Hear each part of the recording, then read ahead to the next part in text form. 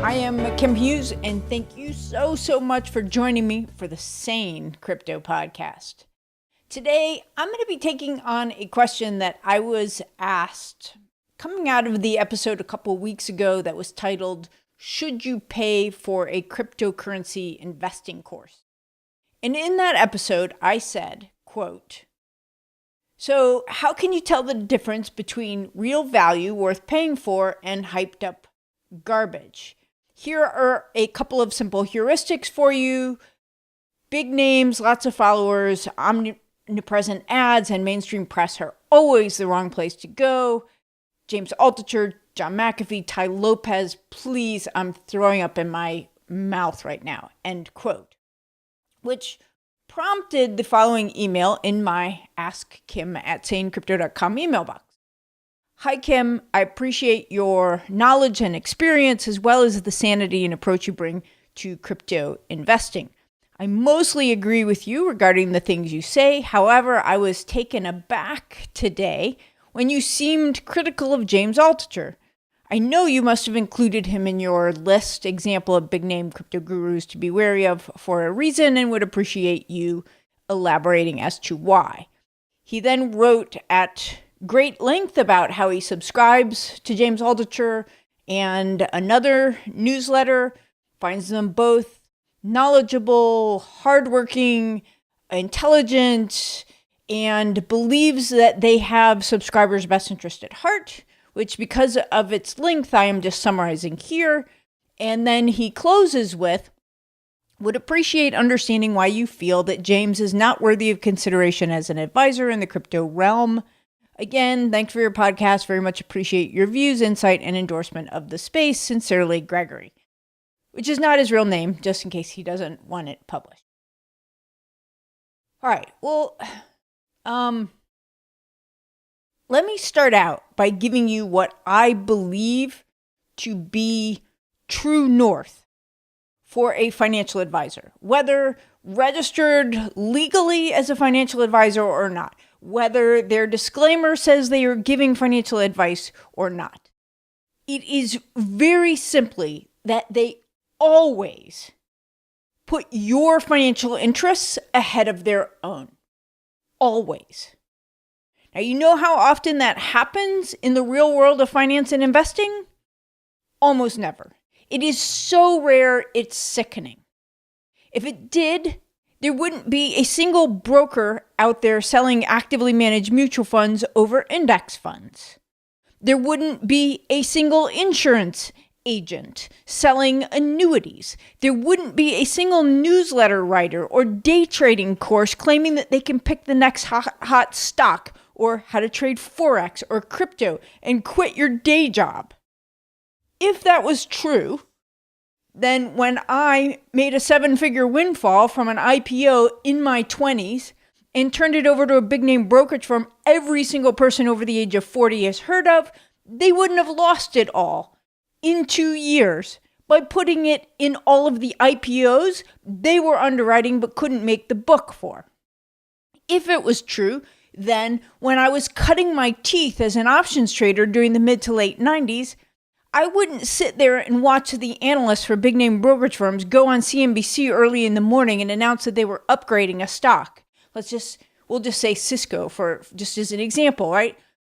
To a strong buy with a price target of 65 when it was sitting at 40, say, and then sit there and watch their market makers and prop desks sitting on the ask for the entire day selling the brokerage firm's holdings of that exact same stock into the order flow that they had created. And don't think that their brokers weren't getting their orders over the squawk box that morning to call all their best clients and tell them to buy Cisco. And guess who was on the other side of their trade? Their brokerage firm. Happened all the time. And it's legal. So, first of all, you have to understand that even in the heavily regulated legacy markets, the system is not designed to make you money. That is not its purpose. That's a myth. It is designed to make Wall Street money. And if you happen to make any along the way, then that's just a happy coincidence for everyone. And the game is heavily rigged. legally in their favor. Now, regarding my specific comment and your specific question, Gregory, let me just state for the record, I don't know James Altucher. I have listened to several of his interviews on cryptocurrency, and absolutely he comes across as quite reasonable, quite intelligent. In fact, I actually really liked the way that he explained the evolution from theism to humanism to dataism. I'd never heard that. It's interesting, very thought-provoking. Not sure if it's original to him or not. But the point is, of course he is intelligent and articulate. His self-denigrating and conventional style of writing and speaking is very attractive. And of course, he comes off as having your best interest at heart. So do all those stockbrokers, when every single day, because of the way the compensation system and incentive structures are built, they put theirs and their firm's interests ahead of yours. That means nothing. It tells you nothing. The only thing that matters is actions. Now, I will say that people who do know him, that I respect, for example, Josh Brown, who's the CEO of Ritholtz Wealth Management, when asked, said, quote, "I love James personally, hate the path he's headed down, nothing else to add."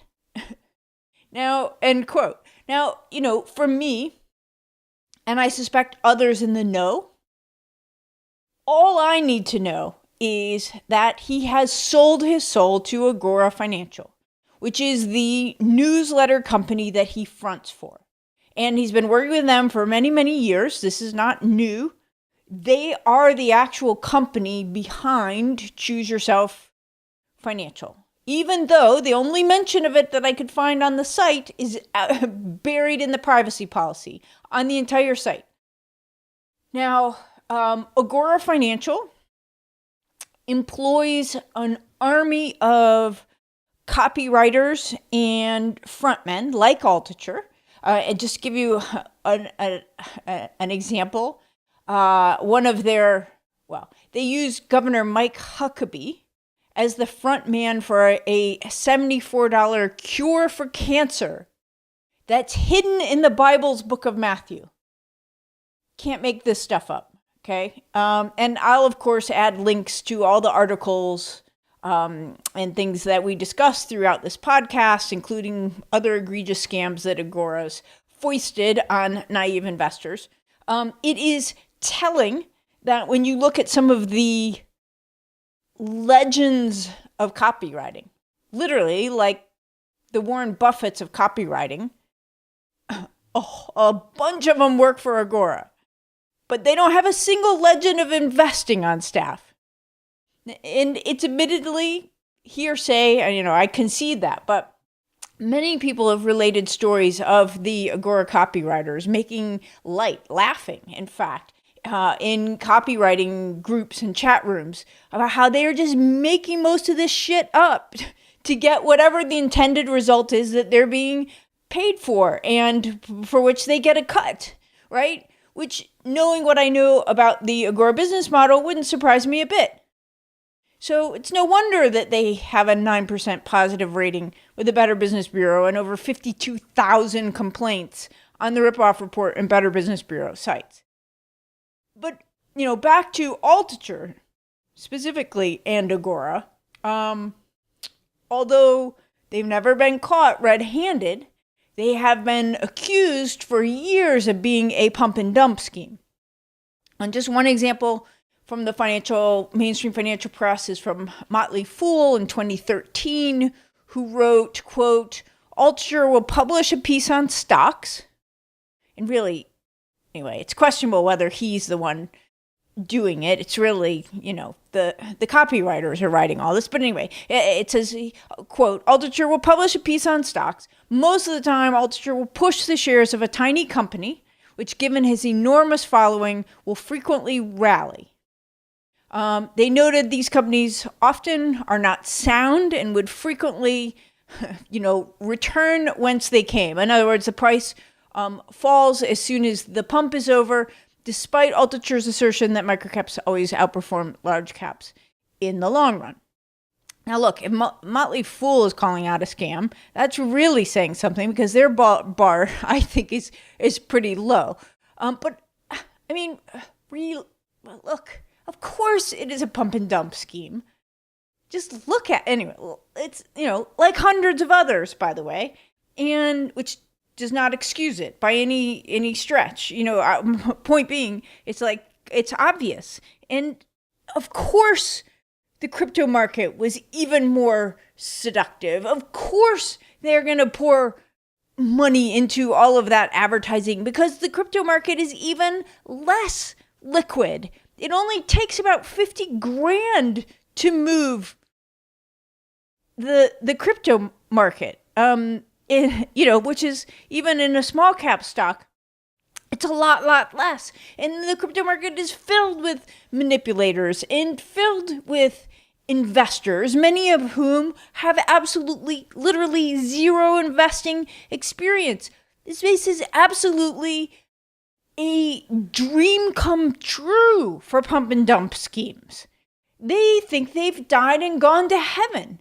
In fact, in February 2018, the Commodities Future Trading Commission, the CFTC, one of the two main regulators of cryptocurrency in the US, announced, unheard of, a $100,000 bounty to crypto pump and dump whistleblowers, as well as, at the same time, they published an advisory bulletin for investors outlining how pump and dump schemes, which are an old scam, but now much more high tech in this modern world, are perpetrated. So I would tell you, if you are a cryptocurrency investor, I would strongly urge you to read that advisory bulletin, even if you think you're a sophisticated investor. You'll find the link in the show notes, or you can just Google CFTC pump and dump and you'll find it. And in that advisory bulletin, they write, again, quoting, "Commonly, it is the people pulling the strings who get out first, making the most in the scheme and leaving everyone else scrambling to sell before losing their investment," end quote.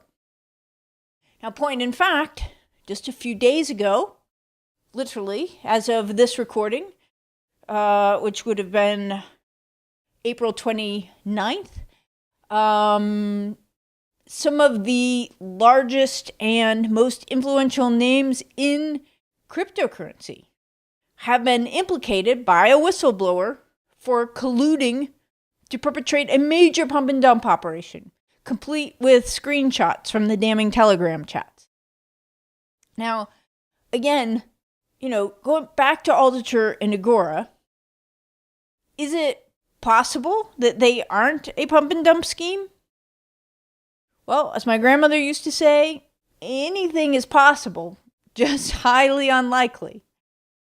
But look, even if they aren't doing anything blatantly illegal, there is enough there that is highly unethical that it should give you tremendous pause.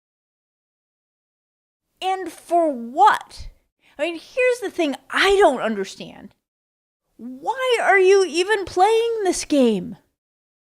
Look, y'all, Bitcoin went up over 1,000% last year. And that is, in effect, the index, okay? That is the cryptocurrency version of the S&P 500. In order to beat that return, which you are extremely unlikely to do, you have to take on massive amounts of additional risk. And my question to you is, are you so greedy that you can't just be happy with the 1,000%? I don't get it. But hey, you're an adult. If after what I've said, you still think you get value from these gurus and you want to give them your money, that is totally your prerogative. Long live free market capitalism. Something to consider, and as always, I hope you found it helpful. Now, if that piqued your interest and you'd like to learn more from me in an easy, quickly digestible format, then I would encourage you to go to my website, sanecrypto.com/quick start. Get my free Sane Crypto Quick Start Guide, which is secrets of a portfolio manager applied to cryptocurrency investing. That free download includes the 5 questions that you should ask and answer before investing a penny in crypto, and a lot more. You will also find the full show notes for this episode at sanecrypto.com/podcast with all of the links that I mentioned. And again, the Quick Start Guide is sanecrypto.com/quick start, and the show notes are sanecrypto.com/podcast. And finally, if you have a question like Gregory's about today's topic or anything else, just email me at askkim@sanecrypto.com. I do read and answer every email personally, as well as answer some of them here on the show, like this one. And speaking of this show, everything I said on the show is for educational purposes. Nothing should be considered investment advice. Past performance is no guarantee of future results. All investments involve risk, especially this one, so do not, under any circumstances, invest money you can't afford to lose. That's it for me. I am Kim Hughes. I'll be back next week. Until then, may the crypto gods continue to smile on us all.